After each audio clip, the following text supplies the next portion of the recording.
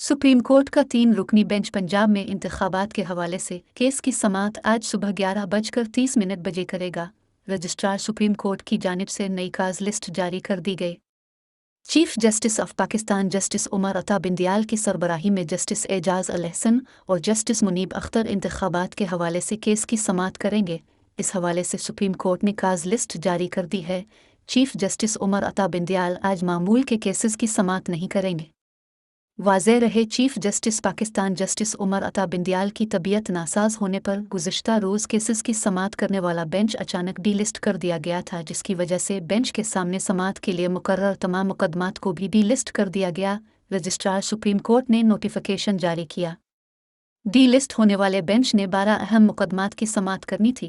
Bench number 1 delist होने के बाद बेंच नंबर 2 के मुकदमात की फहरिस्त भी मनसूख कर दी गई। जस्टिस सरदार तारिक मसूद और जस्टिस शाहिद वहीद पर मुश्तमिल बेंच की काज लिस्ट भी मनसूख कर दी गई।